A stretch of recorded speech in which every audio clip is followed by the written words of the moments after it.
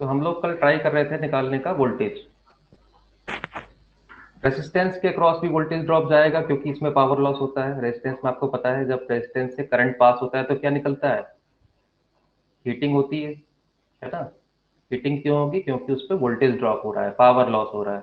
ठीक। और जो हमारा इंडक्टर है, इंडक्टर भी क्या करेगा, उसमें भी पावर लॉस होगा क्योंकि वो करंट को पास होने से रोकना चाह रहा है। बढ़ने से रोकेगा और घटने से भी रोकेगा, तो उसमें भी पावर लॉस होगा ही होगा। ठीक है।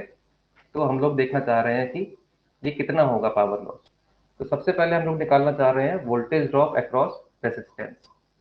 ठीक। तो पहले तो करंट लिख लेते हैं, करंट हमारी कितनी आई थी। करंट हमारी थी,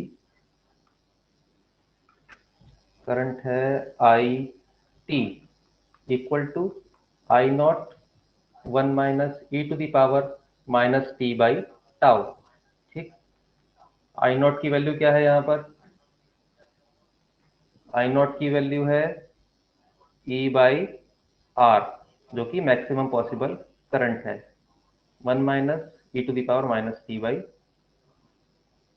टाउ, सॉरी गलती कर दी।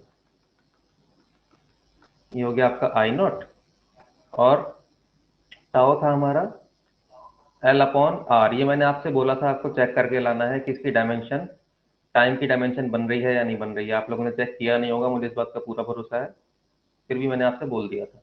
ठीक। चलिए अब हम लोग देख लेते हैं वोल्टेज सबसे पहले across resistance. Voltage across R. ठीक। ये देखते हैं कितना हो जाएगा हमारा। तो अगर हमें वी आर निकालना है तो वी आर की वैल्यू क्या हो जाएगी, सीधे सीधे आई टी इंटू आर, है ना। करंट एट एनी टाइम, उसकी वैल्यू क्या है, उसकी वैल्यू है हमारी आई टी। उसको अगर हम रेजिस्टेंस से मल्टीप्लाई कर दें तो हमें वोल्टेज ड्रॉप मिल जाएगा, है ना। तो इसकी वैल्यू क्या हो गई, इसकी वैल्यू हो गई E by R into R 1 minus E to the power minus T by tau. ठीक। तो वी आर यहां से हमारा आ गया, V R equal to E 1 minus E to the power minus T by tau. Clear बेटा, कोई doubt है इसमें, डाउट है तो बताइए।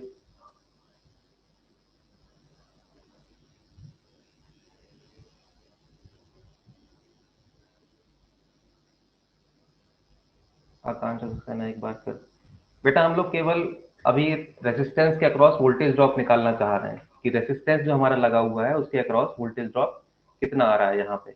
ये वी आर जो मैंने फिगर में बनाया है ना, तो वी आर का वैल्यू क्या होता है, किसी भी रेसिस्टेंस के अक्रॉस वोल्टेज ड्रॉप कितना होता है, V R equal to I T into R हो जाएगा।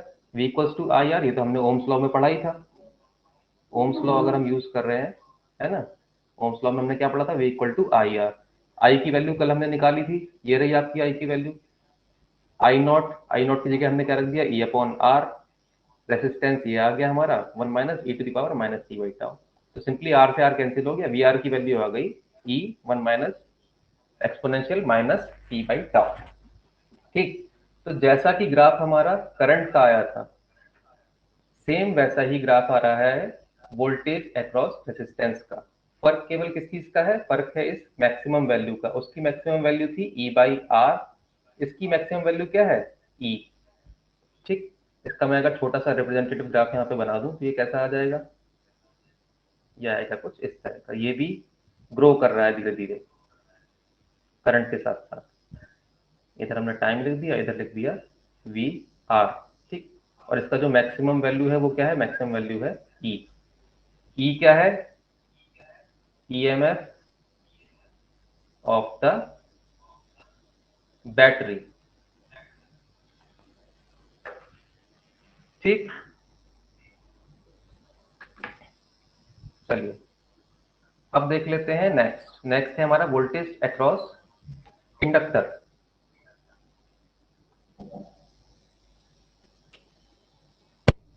Voltage across L. ये कितना हो जाएगा, ये निकलेगा हमारे फैराडे लॉ से। तो वोल्टेज ड्रॉप कितना था, वोल्टेज ड्रॉप था हमारा V L equal to L D I by D T. ठीक है, अब आप लोग कह सकते हो कि यहाँ पे नेगेटिव साइन क्यों नहीं आया, क्योंकि हमने लिखा था E equals to minus L D I by D T, है ना। लेकिन बेटा ये चीज वो नहीं है, ये क्या था, ये था हमारा इंड्यूस्ड ईएमएफ था, इंड्यूस्ड ईएमएफ था, उसको रिप्रेजेंट कर रहा था ये माइनस साइन। ये इंड्यूस्ड ईएमएफ नहीं है, ये है हमारा वोल्टेज ड्रॉप, ये है वोल्टेज ड्रॉप, जो कि एक्सटर्नल पावर सोर्स की वजह से पावर लॉस हो रहा है। ठीक, समझ में आ गया। ये पावर लॉस किसके बराबर होगा, उसी वोल्टेज की वजह से होगा जो उसमें इंड्यूस हुआ था, उसी के बराबर होगा, उतने ही वोल्टेज के बराबर वोल्टेज उसमें पावर देगा। ठीक, तो वोल्टेज कितना हो जाएगा, L D I by D T.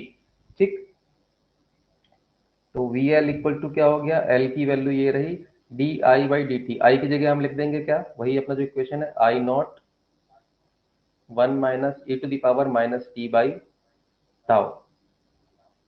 ठीक है, D over D T, simple सा डिफरेंशिएशन है। क्या वैल्यू हो जाएगी इसकी, एल, आई नॉट भी बाहर आ जाएगा, आई नॉट बाहर आ गया तो क्या बचता है अंदर, अंदर आप डिफरेंशिएट कर देंगे तो 1 का हो गया 0, और इसका क्या आ गया, D over D X E to the power X, या फिर ए एक्स बोल दूं, इसका क्या होता है, इसका होता है A E to the power A X. ठीक है, ये डेरिवेटिव आपको पता होना चाहिए। तो यहाँ से आ जाएगा जो मल्टीप्लीकेशन में था, वो नीचे यहाँ पे आ जाएगा 1/टाउ माइनस का, है ना। टी के मल्टीप्लीकेशन में यहाँ पे क्या है, -1/टाउ, और ई वैसा का वैसा आ जाएगा -t/टाउ।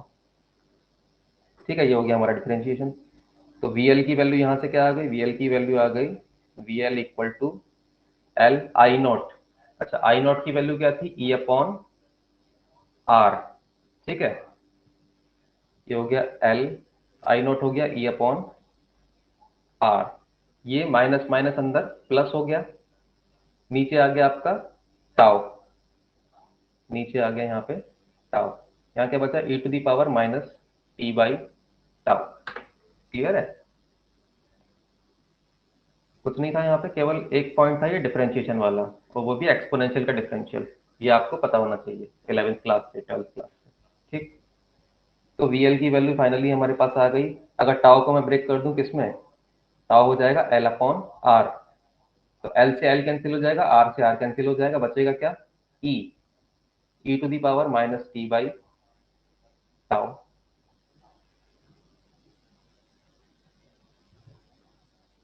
ठीक, क्योंकि tau equal to L by R. ठीक है, ये आ गया हमारा वी एल। तो वोल्टेज ये कैसा दिखाई देगा, ये है एक्सपोनेंशियल डिके, एक्सपोनेंशियल की पावर माइनस में है। ठीक, तो ये क्या हो जाएगा, एक्सपोनेंशियल डिके किसी कांस्टेंट वैल्यू से, कांस्टेंट वैल्यू वो क्या है, ई, ई, ये हो गया हमारा वी एल, ये हो गया टाइम। अगर मैं इसको प्लॉट करूं तो मुझे क्या मिलेगा, at T equal to zero, अगर मैं यहाँ पे टाइम इक्वल टू जीरो रखूं, प्लॉटिंग करना आप सीख लीजिए, प्लॉटिंग कैसे करते हैं। टी इक्वल टू जीरो पे आप देखो, टी इक्वल टू जीरो पे वीएल की वैल्यू क्या है, एक्सपोनेंशियल की पावर जीरो हो जाएगा, तो यहाँ पे क्या बचेगा, किसी की भी पावर जीरो इक्वल टू क्या होता है 1, तो वीएल बचाएगा वीएल इक्वल टू ई। ठीक, मतलब टाइम इक्वल टू जीरो पे एक कांस्टेंट वैल्यू है हमारे पास ई। ठीक, अब देख लेते इन्फिनिटी पे क्या होगा, इन्फिनिटी पे क्या होगा, एक्सपोनेंशियल की पावर माइनस इन्फिनिटी, किसी की भी पावर माइनस इन्फिनिटी का मतलब क्या होता है, जीरो, मतलब इन्फिनिटी पे ये कहीं ना कहीं जीरो को टच कर रहा होगा इस तरफ जाके, इसका मतलब ये ग्राफ कुछ इस तरह का आएगा हमारा, एक्सपोनेंशियल डिके। क्लियर है बेटा,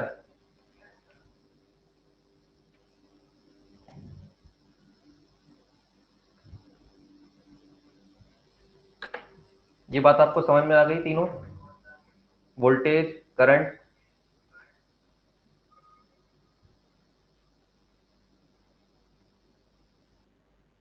चलिए, ये हो गया हमारा ग्रोथ, ये जो हमने कल पढ़ा है आज पूरा, ये सब था हमारा growth of the current, growth of the current क्यों था? क्योंकि हमारा जो इंडक्टर और रेजिस्टेंस था, एलआर सर्किट हमारा वाज कनेक्टेड टू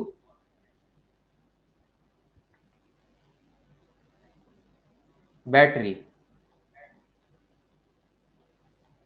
है ना। कल हमने जो फिगर बनाया था उसको अगर वापस से ड्रॉ करें तो आपको बात बेहतर समझ में आएगी। उसको दोबारा से ड्रॉ कर लेते हैं। इस तरह का फिगर था हमारा, ये थी बैटरी, ठीक। यहाँ पे एक स्विच लगा हुआ था इस तरह का, यहाँ पे रेसिस्टेंस था, इधर इंडक्टर था, ठीक है। ये हो गया एल, ये हो गया आर, और ये हो गया ई, प्लस माइनस, ठीक है। तो कल हमने क्या किया था? कल हमने किसको कनेक्ट किया था?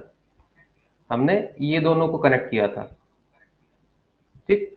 तो बैटरी आपकी इसके साथ कनेक्ट हो गई थी, तो इस वायर का कोई यूज नहीं रह गया था। आपका सर्किट बन गया था कुछ ऐसा, ये बैटरी, ये रेसिस्टेंस, और ये इंडक्टर, ये आपका इस तरह का सर्किट बन गया था। ये होगा आपका सर्किट। इसकी वजह से आपकी करंट ग्रो करेगी, है ना। क्योंकि यहाँ पे बैटरी क्या कर रही है? बैटरी करंट को पुश करने का ट्राई कर रही है इंडक्टर के थ्रू। तो यहाँ पे आपकी करंट क्या करती है? ग्रो करती है, बढ़ती है धीरे धीरे, जो एक्सपोनेंशियल ग्रोथ हमने देखी थी करंट की, है ना। अब अगर हम क्या करें, हम अगर चेंज कर दें अपने सिस्टम को, चेंज कैसे कर दें? देखिए, अगर मैं इस स्विच को इधर ना जोड़ के इधर जोड़ दूं, इस वाले तार से, इस वाले तार से जोड़ दिया, तो क्या हो गया? एक तरह से ये बैटरी क्या हो गई? डिस्कनेक्टेड हो गई। बैटरी अगर डिस्कनेक्टेड हो गई तो इससे मुझे रिजल्ट क्या मिलेगा? इससे मुझे रिजल्ट मिलेगा इस तरह का। ये मेरा वायर आया, ये रेसिस्टेंस, ये इंडक्टर, ठीक, और ये आपस में कनेक्टेड है सीधे सीधे, एल और आर। इतना सा हमारा सर्किट रह गया। और ये एल की वजह से यहाँ पे क्या होगा? वोल्टेज ड्रॉप, क्योंकि अब करंट बंद होने वाला है, क्योंकि बैटरी आपने हटा दी है। तो करंट अब धीरे धीरे डिके करना स्टार्ट करेगा। वो डिके किस तरह से करेगा वो हम देखते हैं, है ना। करंट एकदम से जीरो तो होगा नहीं बैटरी हटाने से, क्योंकि हमारे सर्किट में केवल रेसिस्टेंस नहीं है। अगर केवल रेसिस्टेंस होता तो करंट सीधे से जीरो हो जाता, ठीक। लेकिन जीरो नहीं होगा, क्योंकि यहाँ पे इंडक्टर है। इंडक्टर क्या करेगा?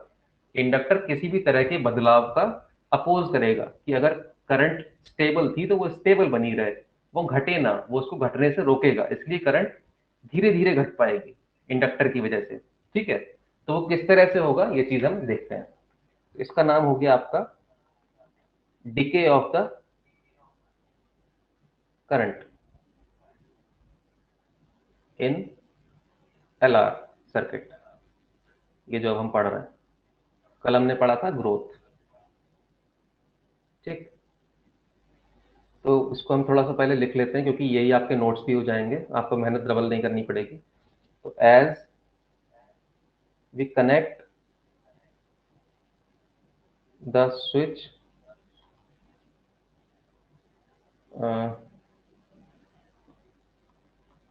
with the second wire, second wire instead of the battery, ठीक है, the current starts to decay, ठीक। अब अगर हम बात करें टोटल ईएमएफ की, ठीक, टोटल ईएमएफ इस समय इस वाले सर्किट में, नीचे वाले सर्किट की बात कर रहा हूं, इस समय सर्किट में टोटल ईएमएफ क्या है? टोटल ईएमएफ है केवल जो कि आपका इसका ईएमएफ है, क्योंकि इसने होल्ड करके रखा है ईएमएफ को। इसका नेचर क्या है? अपोज करने का। तो एल की वजह से ईएमएफ क्या है? ये ईएमएफ है हमारा minus L D I by D T, ठीक। यही ईएमएफ क्या करेगा? यही ईएमएफ सर्किट में एक करंट पैदा करेगा, ठीक। उस करंट को हमने आई का नाम दे दिया, जो आई ये वाला है। उसी आई की वजह से रेजिस्टेंस के क्रॉस वोल्टेज ड्रॉप क्या रहेगा? रेजिस्टेंस के क्रॉस वोल्टेज ड्रॉप रहेगा आई आर। सिंपल सी बात है। आप यहाँ पे इंडक्टर को एक वोल्टेज सोर्स की तरह देखिए। अगर आप इंडक्टर को एक वोल्टेज सोर्स की तरह देखेंगे तो उसका वोल्टेज क्या है, minus L D I by D T, यह है उसका ईएमएफ। अगर आप उसे एक सोर्स की तरह देखेंगे तो ये हमने बेसिकली क्या लगाया है, ओम्स लॉ। ओम्स लॉ ही हमने यूज किया है, V equal to I R. V की जगह क्या आ गया, minus L D I by D T. ठीक, और ये वोल्टेज ड्रॉप की बजाय हम क्या बोल रहे हैं इसको, ईएमएफ, इसीलिए यहाँ पे आपका आया है माइनस साइन बजाय प्लस के। ठीक है, चलिए आगे बढ़ते हैं। इसी क्वेश्चन को हमें सॉल्व करना है। इक्वेशन में कोई डाउट है आपको, इक्वेशन कैसे आई? केवल ओम्स लॉ लगाया है, कोई नया काम नहीं किया है। क्लियर है ना?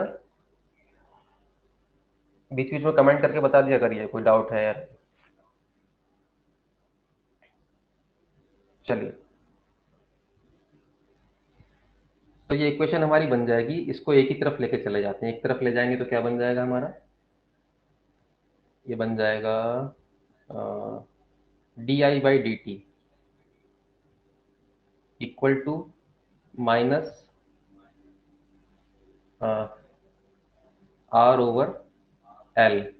आई को इधर ले आते हैं क्योंकि आई इधर है, डी आई इधर है ना, तो आई को इधर ले आते हैं आराम से। ठीक, ये बन गया हमारा इस तरह का। अब मैं डी टी को इधर ले जाता हूँ, तो डी टी मैं इस साइड में रखता हूँ, minus R by L D T equal to D I over I. ठीक, अब क्या कर देंगे हम, हमको निकालना है आई का value with respect to time, तो इसको हम इंटीग्रेट कर देंगे।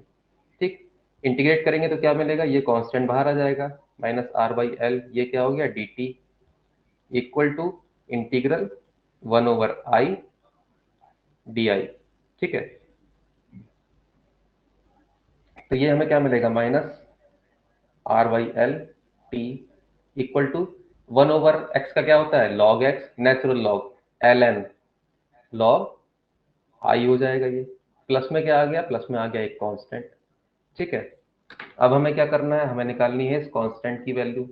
कांस्टेंट की वैल्यू कैसे निकालेंगे, इनिशियल कंडीशन से। ठीक है ना, इनिशियल कंडीशन आपको पता होनी चाहिए क्या है, at T equal to zero.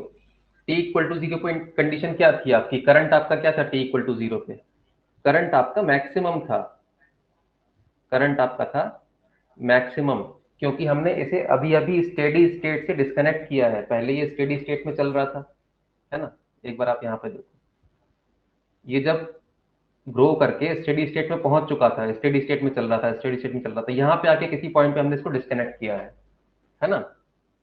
तो यहाँ इसको हम मान रहे हैं फिलहाल के लिए टी इक्वल टू जीरो, यहाँ पे आके हमने इसको डिस्कनेक्टेड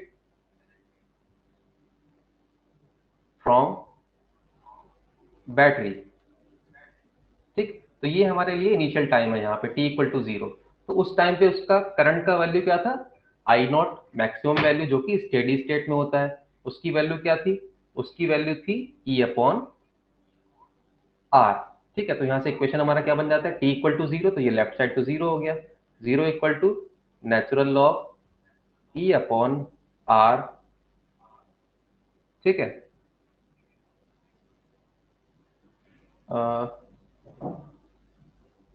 एक सेकंड, ये माइनस साइन इधर ले गया मैं, माइनस साइन को इधर रखते हैं, sorry sorry sorry sorry,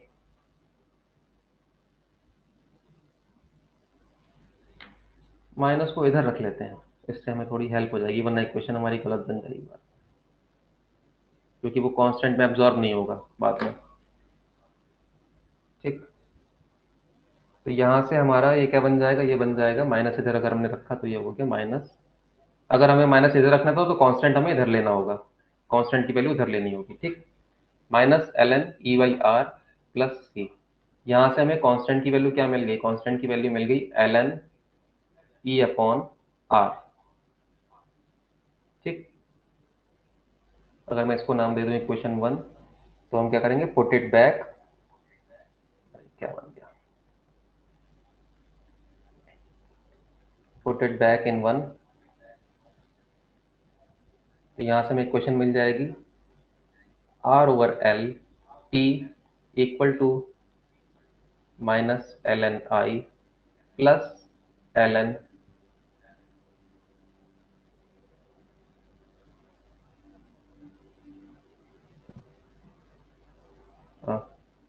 E by R, sorry, ठीक है। इसको ई बाई आर लिख के हमें कोई खास फायदा लेकिन मिलने नहीं वाला है, इसलिए मैं इसको आई नॉट ही लिख देता हूँ। ठीक है, इसको आई नॉट ही लिख देंगे अभी। तो ये हो गया हमारा T equal to minus R over L, एक मिनट इसको इधर ही रखो, कोई फायदा नहीं मिलेगा, ई ओवर आर। ये हो गया आपका R over L T equal to minus L N I plus L N I zero. ठीक है, मैक्सिमम करंट। तो यहाँ से अगर हम देखें, कल वाली प्रॉपर्टी यूज करें लॉग की, log A minus log B, तो हमें क्या मिल जाता है? Log A minus log B से हमें मिल जाएगा R by L T equal to L N I naught upon I. ठीक है, ये आई बेसिकली क्या है? आई को शॉर्ट में लिख रहे हैं किसको? आई टी को, current at some other time. ठीक, आई नॉट क्या है? आई नॉट है हमारा current at T equal to zero इस सर्किट के लिए। ठीक है, तो यहाँ से अगर हम एंटी लॉग ले लें कल की तरह, तो क्या बनेगा एंटी लॉग से? Taking anti log, anti log लेना आपने रिवाइज किया होगा जाके, मैं मान के चल रहा हूँ। टेकिंग एंटी लॉग, यहाँ से मिल जाएगा, यहाँ जो ई है नीचे, ई की पावर ये बन जाएगा, ई की पावर, थोड़ा और चेंज कर लेते हैं उससे पहले, एक चीज ध्यान दीजिए, एंटी लॉग लेने से पहले एक चीज और देख लेते हैं।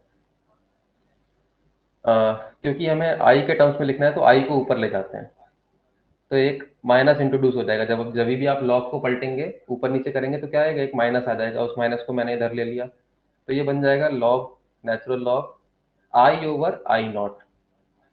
मैं आई को ऊपर ले गया हूँ, आई नॉट को नीचे ले आया हूँ, इसलिए ये माइनस आया। अब ले लिया मैंने एंटी लॉग। अब अगर मैं एंटी लॉग लूंगा तो क्या मिलेगा? Exponential to the power minus R by L T equal to I over I naught. ठीक, तो ये हमारा बन जाता है, इसको आप देख लीजिए, I T equal to I naught exponential minus T by tau.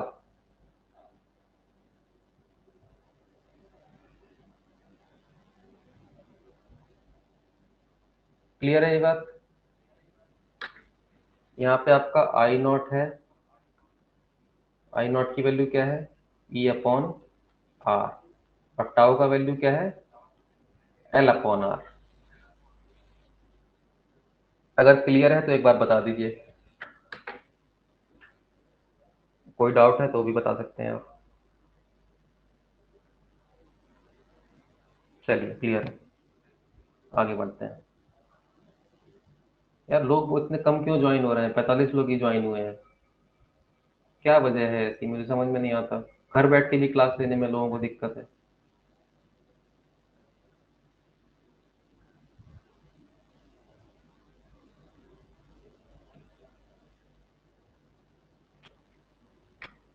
चलिए, अभी समझ में नहीं आया तो आप रिकॉर्डिंग देख सकते हैं, थोड़ा आगे बढ़ते हैं यहाँ से। इतना कोई खास चीज थी भी नहीं, केवल एक डिफरेंशियल इक्वेशन को हमने सॉल्व किया है। तो अगर इसको मैं ड्रॉ करने का ट्राई करूं तो क्या मिलेगा मुझे? ड्रॉ कर लेते हैं, ये मुझे मिल जाएगा कुछ इस टाइप से। ये क्या है? एक्सपोनेंशियल की पावर नेगेटिव में है, मतलब समझ जाना चाहिए हमें, एक्सपोनेंशियल डिके है। ठीक, एक्सपोनेंशियल डिके किस तरह से होता है? एक कांस्टेंट वैल्यू से जीरो की तरफ जाता है, और जीरो पे वो कभी जाएगा नहीं, वो इन्फिनिटी पे जाके जीरो पे मिलना चाहता है। ठीक, तो ये आपका हो गया टाइम, ये हो गया करंट एट दैट टाइम, ये हो गया आई नॉट। आई नॉट की वैल्यू क्या है? I naught equal to E upon R. और ये कर्व कैसा हो गया? कर्व हो गया आपका किस टाइप का? ये हो गया आपका वन बाई ई टाइप का curve, one by E to the power T type का। ठीक, एक्सपोनेंशियल डिके, इसी को हम बोलते हैं decay of the current. Current का इस तरह से डिके होता है। ठीक, अब देख लेते हैं वोल्टेज पे क्या फर्क पड़ रहा है दोनों के, उसमें भी हमें इंटरेस्ट है। तो सबसे पहले हम देख लेते हैं voltages, V R and V L. चलिए, तो वी आर सबसे आसान है निकालना, इसलिए वी आर को पहले निकाल लेते हैं। उसमें क्या करना है, केवल करंट को हमें रेसिस्टेंस से मल्टीप्लाई करना है। तो वी आर का वैल्यू क्या हो जाएगा, आई टी इंटू आर। ठीक, तो ये क्या मिल गया, I naught R E to the power minus T by tau. I naught का वैल्यू हमें पता ही है क्या है, ई अपॉन आर। आर से आर कैंसिल हो जाएगा, तो ये क्या बच गया, E exponential minus T by tau. मतलब वी आर भी हमारा करंट की तरह ही डिके करेगा। ये बात आपको समझ में आ गई होगी अब तक। रेसिस्टेंस के अक्रॉस करंट और वोल्टेज दोनों का बिहेवियर एक जैसा चल रहा है ना। करंट ग्रो कर रहा है तो हमारा वोल्टेज भी ग्रो कर रहा था, पिछली बार हमने देखा। यहाँ पे आप देखिए वापस से जाके, जब करंट ग्रो कर रहा था तो रेसिस्टेंस के अक्रॉस वोल्टेज भी ग्रो कर रहा था। ये देखिए, ये वोल्टेज भी ग्रो कर रहा था। और जब करंट डिके कर रहा है तो रेजिस्टेंस के अक्रॉस वोल्टेज भी डिके कर रहा है। ठीक है, ये बात ध्यान में रखनी है। ठीक, अब अगर ध्यान दें हम उस पे VL पे, तो VL की वैल्यू क्या मिल जाएगी हमें, VL फिर से वही मिलेगा।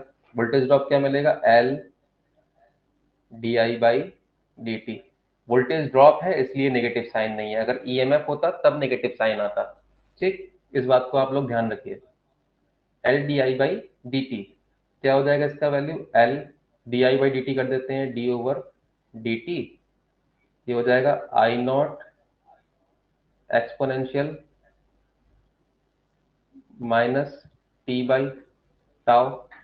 ठीक, इक्वल टू में क्या मिल जाएगा, एल आई नॉट बाहर आ जाएगा, ये हो जाएगा E to the power minus T by tau. Exponential वैसा का वैसा आ जाता है, जो टी के मल्टीप्लीकेशन में है वो यहाँ पे बाहर आ जाएगा। क्या बाहर आ जाएगा, 1/टाउ माइनस का। ठीक, इसको सिंप्लीफाई कर लेते हैं थोड़ा सा। सिंप्लीफाई होके ये क्या बनेगा, एल आई नॉट की वैल्यू क्या है, ई अपॉन आर, माइनस बाहर ले लिया। ठीक, और बचता है आपका टाउ। टाउ का वैल्यू क्या है, नीचे से है तो एल अपॉन आर। ठीक है, यहाँ पे आ गया E to the power minus T by tau. अब आप यहाँ पे ध्यान दो, एल से एल कैंसिल हो जाएगा, आर से आर कैंसिल हो जाएगा, एल से एल कैंसिल हो जाएगा, आर से आर कैंसिल हो जाएगा। तो यहाँ पे हमें मिल क्या जाएगा, मिल जाएगा हमें V L equal to minus E exponential minus T by tau. ठीक है, डिके ये भी कर रहा है, डिके तो ये भी कर रहा है रेजिस्टेंस की तरह, लेकिन ये डिके कैसे कर रहा है, ये पॉजिटिव वैल्यू से डिके नहीं कर रहा है, ये अचानक से किसी नेगेटिव वैल्यू से डिके कर रहा है। ठीक, समझ में आई बात आपको, जब मैं प्लॉट करूंगा तो बात आपको समझ में आएगी।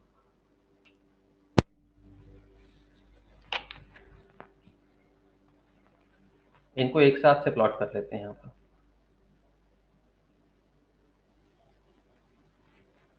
पहले प्लॉट कर लिया मैंने VL को। तो अगर VL की बात करें तो VL टाइम के साथ कैसे वेरी कर रहा है, at T equal to zero. At T equal to zero पे आप देखो इसकी वैल्यू क्या है, टी इक्वल टू यहाँ जीरो रखोगे तो ये एक्सपोनेंशियल वाला पार्ट 1 हो गया। तो VL की वैल्यू क्या बची, माइनस ई। मतलब एक कांस्टेंट जो है वो नेगेटिव साइड में है, माइनस ई। और at T equal to infinity पे क्या है, ई की पावर माइनस इंफिनिटी हो जाएगा। माइनस इंफिनिटी मतलब जीरो। अब जीरो के बाद यहाँ पॉजिटिव है या नेगेटिव कोई फर्क नहीं पड़ता, तो VL की वैल्यू क्या हो गई, जीरो। मतलब यहाँ कहीं जीरो के आसपास पहुंच जाएगा, मतलब इस तरह से डिके कर रहा है। समझ में आया, नेगेटिव वैल्यू से जीरो की तरफ डिके कर रहा है, नेगेटिव कांस्टेंट से। ठीक, ये कर रहा है हमारा किसका, VL का। समझ में आ गई बात, ग्रोथ और डिके। ठीक है, प्रियांशु बेटा 37%, उस पर आएंगे, अभी थोड़ा सब्र करो। 37 47 इन सब पे आएंगे। फिलहाल समझ में आया या नहीं आया?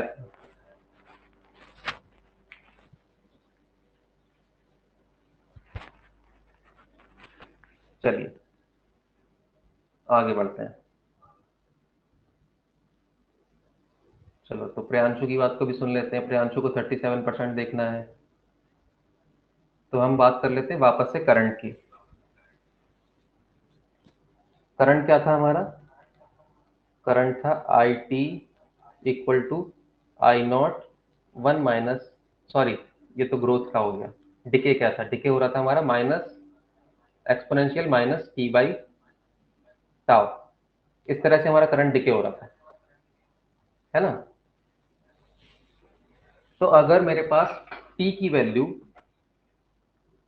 Eight T equal to tau, tau का मतलब एल अपॉन आर, है ना? At T equal to tau current की वैल्यू क्या हो जाएगी? I T, I tau basically, T equal to tau है तो I tau equal to I naught E की पावर -1 equal to I naught upon E.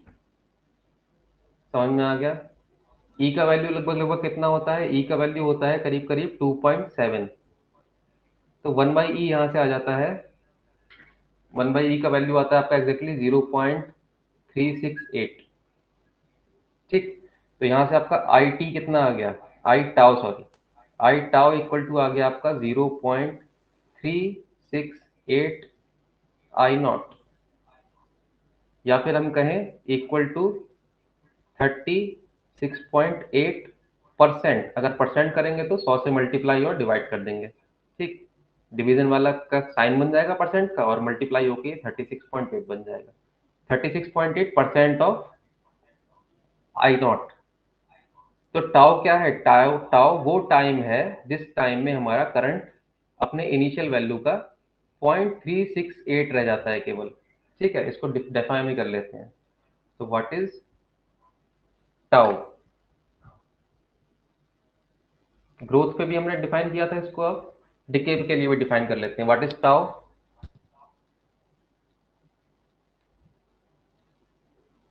So time constant, इस तरह की डेफिनेशन सीधे पूछ लेता है एग्जाम में। Time constant is the time in which the current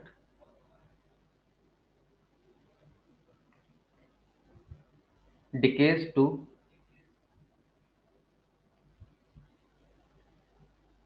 36.8% of its initial value. ठीक है, इसको अगर प्लॉट कर लें तो प्लॉट कैसा आ जाएगा? प्लॉट मैं ऊपर ही कर रहा हूँ इसका, यहाँ पे प्लॉट करेंगे तो ये आपको ऐसा दिखेगा।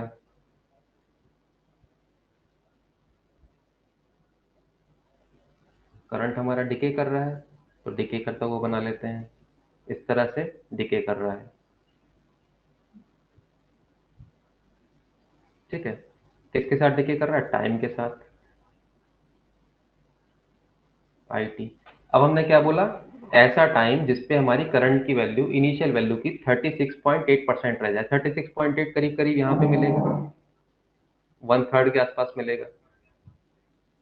ठीक है, 1/3 के आसपास हमने इसको बना लिया। तो यहाँ पे क्या हो गया हमारा? यहाँ पे है 36 पॉइंट में लिख लेते हैं, चलो 0.368 आई नॉट। आई नॉट क्या है? आई नॉट ये है, इसका करीब करीब 1/3 रह गया।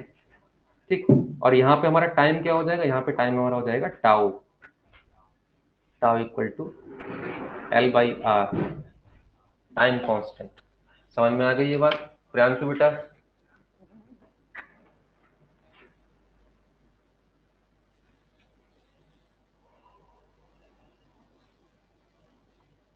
कमेंट कर दीजिए, मेरे पास और कोई तरीका नहीं है जानने का।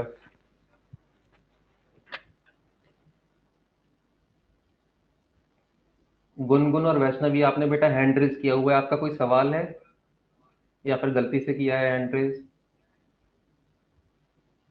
अगर सवाल नहीं है तो उस पर वापस से क्लिक कर दो, वो हैंड नीचे आ जाएगा अपने आप ही। सवाल है तो मुझे बता दो।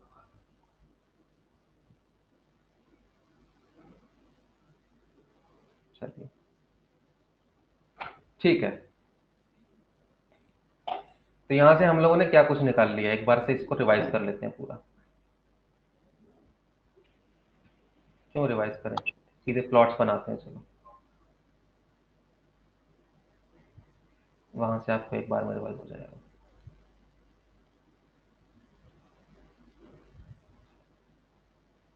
अब थोड़ा सा दिमाग खोल के बैठिए, ठीक है।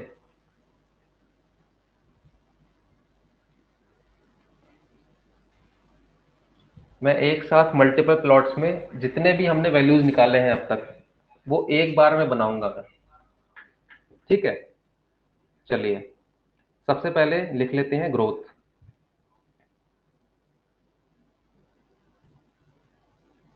यहां लिख लिया हमने डिके, ठीक। इधर बनेंगे ग्रोथ वाले, इधर बनेंगे डिके वाले, ठीक। तो अगर इनको हमें दिखाना हो सबको एक साथ में तो कैसे दिखाएंगे, चलिए ये भी देख लेते हैं।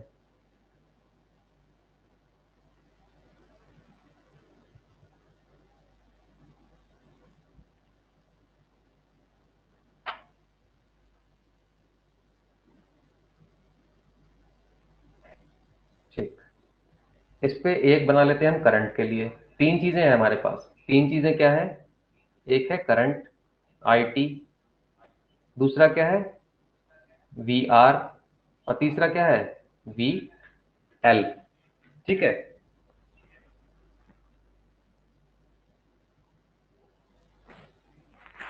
तो ये तीन चीजों पे हमारा फोकस है।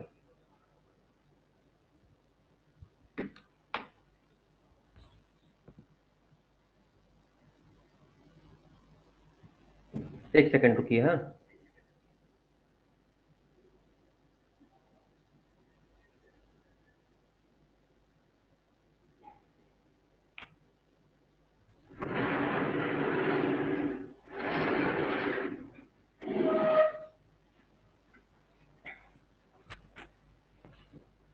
हाँ तो हम बात कर रहे थे ग्रोथ और डिके, तीन चीजें हमें देखनी है, करंट, वोल्टेज अक्रॉस रेजिस्टेंस और वोल्टेज अक्रॉस इंडक्टर। तो एक एक्सेस बना लूंगा मैं करंट के लिए, ये हो गया मेरा करंट का एक्सेस, ठीक। एक बना लिया मैंने VR के लिए, ये हो गया मेरा VR का एक्सेस, ठीक। चलिए ये हो गया IT, ये हो गया VR, और ये हो गया VL। तीन तरह के हो गए हमारे ये वेरिएबल्स जो हमको देखने हैं। एक एक्सेस, इस एक्सेस पे सबके लिए क्या रहेगा, टाइम रहेगा, ठीक। तो हम इसको दो पार्ट में डिवाइड कर लेते हैं। दो पार्ट में क्यों डिवाइड करेंगे, क्योंकि एक ग्रोथ वाला पार्ट है, एक डिके वाला पार्ट है।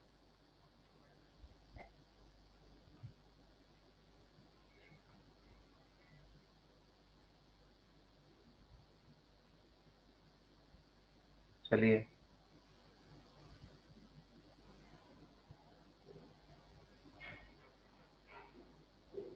क्लियर। अब हम लोग इसको अलग अलग पेन से देखते हैं। सबसे पहले बात करते हैं करंट की। करंट हमारा ग्रो कर रहा था इस तरह से, इस तरह से ग्रो करके एक सैचुरेशन वैल्यू पे जाके स्टेबल हो जा रहा था, ठीक है। इसके लिए इक्वेशन क्या थी वो अभी देख लेंगे। और बाद में डिके कर जा रहा था, डिके कर रहा था तो क्या हो रहा था, डिके करने पे इस तरह का करंट आया था, ये अभी हमने देखा। मेरे यहाँ तो एक वो सामने भैया है, उनके यहाँ उनके दोस्त आते रहते हैं, वो सब हमें जानते हैं, उनको तो क्लियर बेटा।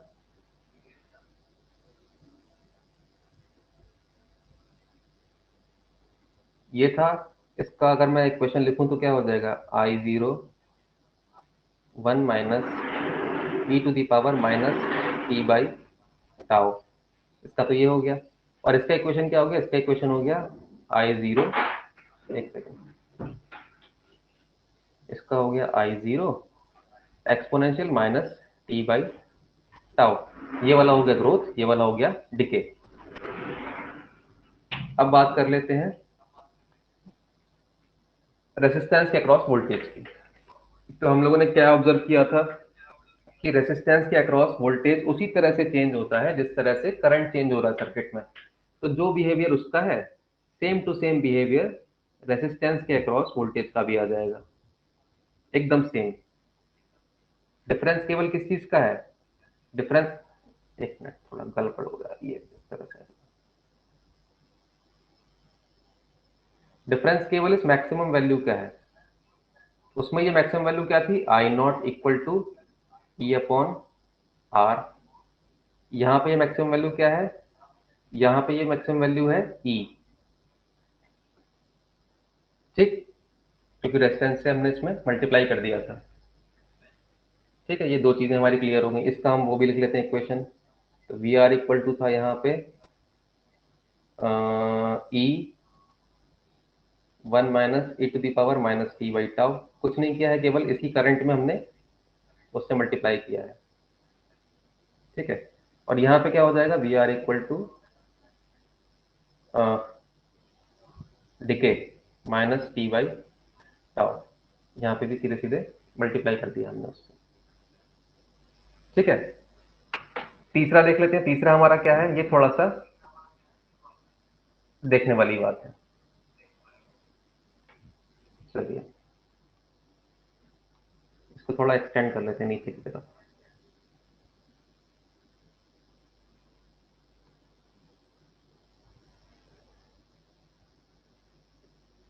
चलिए, तो अगर बात करें एक सेकेंड, उसको ले लेते हैं ग्रीन से, ग्रीन नहीं दिखेगा इस पे, बैंगनी ले लेते हैं। चलो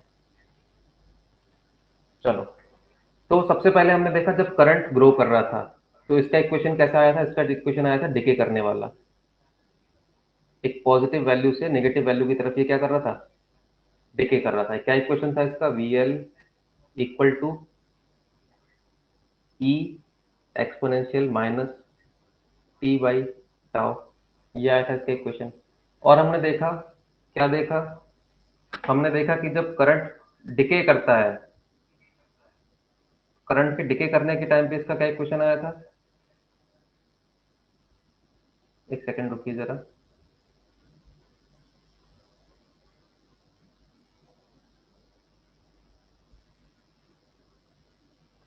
चलिए नया लाइन बना लेते हैं, ये गड़बड़ कर रहा है।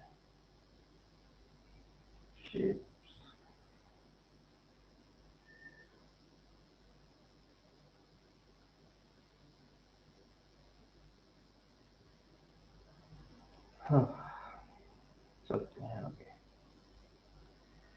डिके करते पे हमने देखा था कि ये नेगेटिव वैल्यू से वापस से जीरो की तरफ डिके कर रहा था, है ना, किसी नेगेटिव वैल्यू से डिके कर रहा था जीरो की तरफ। ठीक, पॉजिटिव वैल्यू इसकी क्या कांस्टेंट थी, ई, नेगेटिव वैल्यू क्या कांस्टेंट में था, माइनस ई। क्लियर, तो ये ग्राफ हमारे इस तरह से आ गए। इसका वैल्यू लिख देता हूं मैं, V L equal to minus E exponential minus T by tau. ये इक्वेशन आप वापस से जाकर देखोगे तो वेरीफाई भी कर पाओगे। इसको आप एक बार में देख लीजिए। ये सारी जो हमने चीजें निकाली थी वो एक स्क्रीन पे आप लोग देख पा रहे हैं। 6 चीजें हमने निकाली थी, वो 6 की 6 ही रही हैं। अब इनमें कोई डाउट है तो अभी पूछ लीजिए, फिर हम लोग आगे बढ़ते हैं। एक बार ध्यान से इसको देख लीजिए। ठीक, सबको समझ में आ गया ये टॉपिक पूरा, growth and decay in LR circuit, पूरा समझ में आ गया।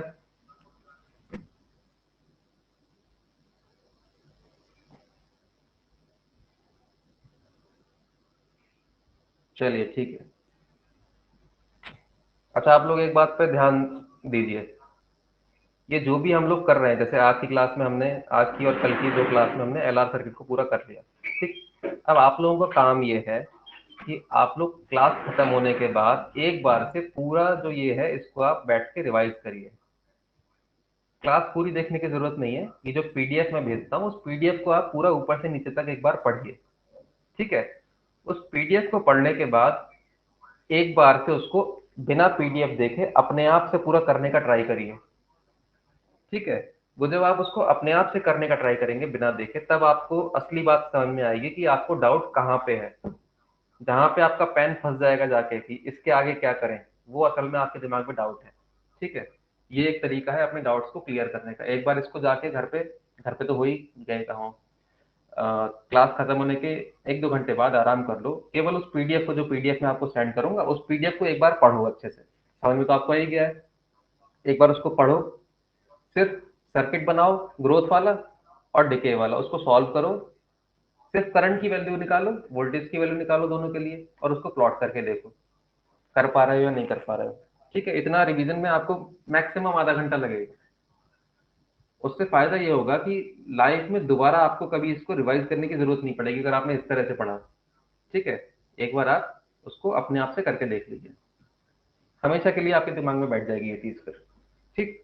चलिए, ये तो हो गया रिवीजन वाली बात। एक आपको इसका न्यूमेरिकल भी दिए जाते हैं, फिर कल हम लोग आएंगे कैपेसिटर पे। न्यूमेरिकल एकदम इजी सा देंगे, कोई डिफिकल्ट नहीं देंगे, ठीक है। न्यूमेरिकल लिख लीजिए इसी में, होमवर्क की तरह। अब घर पे बैठ के कर रहे हो तो होमवर्क तो मिलेगा ही मिलेगा, सारी मेहनत मैं ही थोड़ी ना करूंगा बेटा। होमवर्क हो गया आपका। क्वेश्चन ये, इन एन एलआर सर्किट। अच्छा चलो, एक इंग्लिश का क्वेश्चन छोड़े जाते हैं, ये एलआर से पहले मैंने एन क्यों लगाया जाके देखना, ठीक है। यहाँ पे आना चाहिए था ए, एल वॉवेल तो है नहीं, मैंने एन क्यों लगाया, ढूंढना जाके। In an LR circuit eight what time the potential drop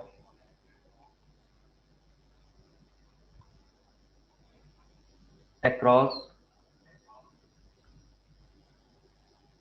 L and R is equal, equal, ठीक है। एंड व्हाट इज, कौन अपना माइक ऑन कर लेता है यार। And what is the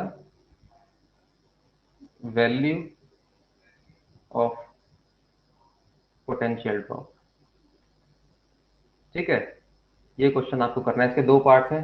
part 1 while growth, second part while decay, ठीक है।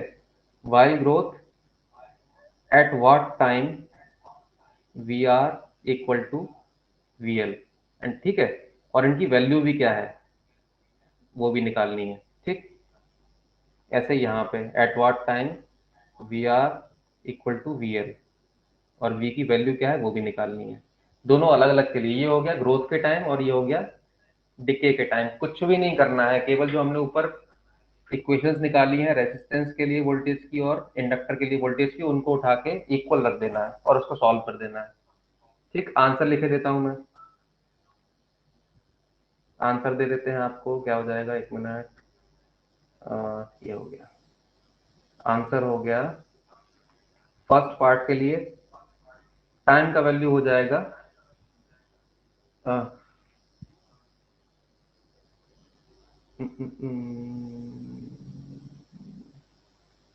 log 2 L upon R natural log 2, ठीक। और सेकंड हो जाएगा आपका t equal to infinity. Second वाले के लिए तो आपको पेन उठाने की भी जरूरत ही नहीं है, यहाँ से देख लो अभी जो प्लॉट किया है हमने। डिके वाले टाइम में आप देखो, डिके वाले में ये कभी इक्वल हो रहा है कि जाके इधर केवल जीरो पे जाके इक्वल होगा, उसके अलावा इक्वल होगा ही नहीं, है ना, सिंपल सी बात है।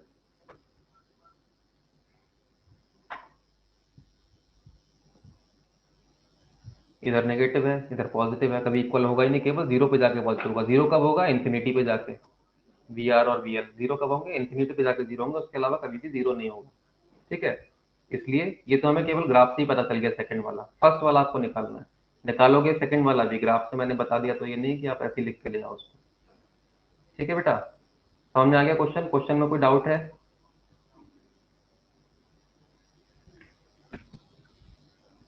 हाँ,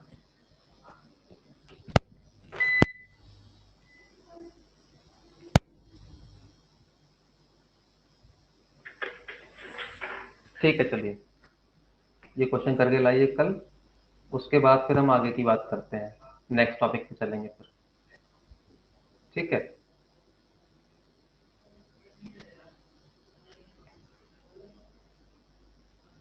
चलिए इसका पीडीएफ मैं आपको भेज दूंगा 15 मिनट बाद, 10-15 मिनट में भेज दूंगा पीडीएफ। थोड़ा सा इसमें मैं नोट्स के हिसाब से इसको थोड़ा सा मॉडिफाई भी करूंगा, फिर आपको मैं इसको भेज दूंगा।